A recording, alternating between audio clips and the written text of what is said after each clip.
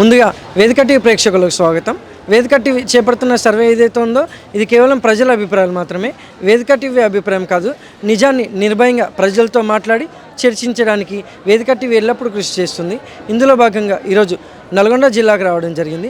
మరి ఈ నల్గొండలో ఉన్నటువంటి ప్రజలు రేవంత్ రెడ్డి గారి పాలన విధి విధానాలు ఎలా జరుగుతున్నాయి, మరి రేవంత్ రెడ్డి గారు కాంగ్రెస్ హయాంలో ప్రవేశపెట్టిన ఈ 6 గ్యారెంటీలు కానీ సంక్షేమ పథకాలు కానీ ప్రజలకు ఏ విధంగా లబ్ధి చేకూరుతున్నాయి, మరి గతంలో కేసీఆర్ గారి పాలన ఏ విధంగా ఉంది అనే విషయాల గురించి ఇక్కడున్న ప్రజలతో మాట్లాడి వాళ్ళ యొక్క అభిప్రాయం తెలుసుకునే ప్రయత్నం చేద్దాం. నమస్తే సార్. నమస్తే అండి. మీ పేరు సార్? నా పేరు అంజయ్ అండి. ఏం చేస్తుంటారు సార్? నేను ఐకాన్ హాస్పిటల్లో డ్యూటీ చేస్తాను సార్. ఇప్పుడు నెలకు 11,000 ఇస్తారు. సీఎం రేవంత్ రెడ్డి గారి పాలనపై మీ అభిప్రాయం ఏంటి సార్? సీఎం గెలుస్తాడని చెప్పని మేము నమ్మి, నాకు 3 ఆడపిల్లలు, ఒక కొడుకు, ఇక గెలుస్తాడు మాకైనా సాయం చేస్తాడని చెప్పని మేము ఓటేసినాము. ఇంతవరకు మాకు ఇల్లు రాలేదు, మాకు గుంట భూమి కూడా లేదు. ఆయన కోసం మేము ఇస్తాడని చెప్పని చూసి ఇంతవరకు ఏం లేదు సార్. ఇక మరి లేకుంటే ఏం చేసినామంటే ఇంటికాడ ఉంటే ఏం లేదు, కూలి పని చేద్దామన్నా లేదు. పొలాలు ఎండిపోయి వాళ్ళు ఏడుస్తున్నారు, కూలి కూడా పెట్టుకుంటలేరు. వచ్చి ఐకాన్ హాస్పిటల్లో పని చేస్తున్నాం. మాకు ఇంతవరకు ఏం లేదు. ఆయన పరిపాలన చేస్తాడని చెప్పని మేము అన్నీ ఓటేస్తాం. ఇంతవరకు మాకేం లేదు సార్.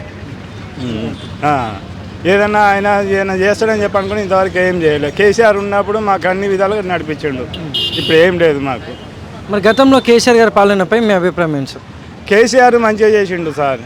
కేసీఆర్ మంచిగా చేసిండు. ఇప్పుడు రైతులకు రైతు బంధు గిట్ట వేసిండు. వాళ్ళు చిన్న చిన్న పనులు ఉన్నా కానీ ఆయన చేయలేకపోయినా మా కూలి మనసులో పెట్టుకొని చేయించుండు. నమస్తే సార్. నమస్తే. మీ పేరు సార్? శంకర్. ఏం చేస్తుంటారు సార్? ఖాళీగా. గ్రామం మండలం? నార్కట్పల్లి మండలం, గ్రామం వెనుగులదోరి. సీఎం రేవంత్ రెడ్డి గారి పాలన విధానంపై మీ అభిప్రాయం ఏంటి సార్?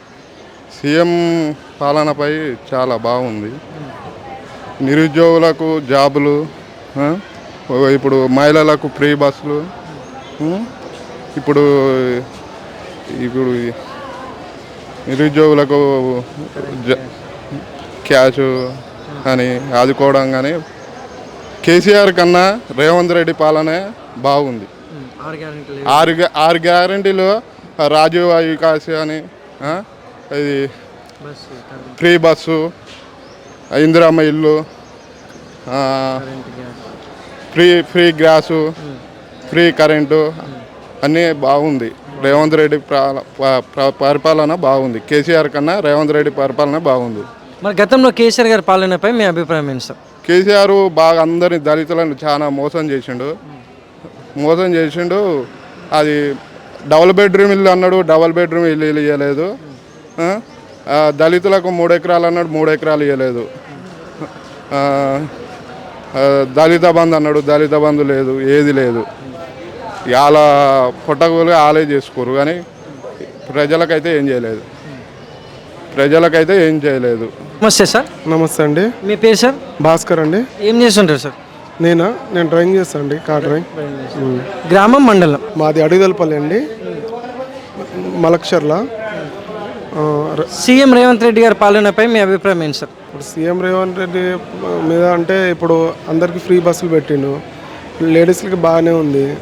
ఇప్పుడు చదువుకున్న వాళ్ళకైతే ఇంతవరకు ఎవరు నోటిఫికేషన్ లేదు, ఎలాంటి ఏం లేదు.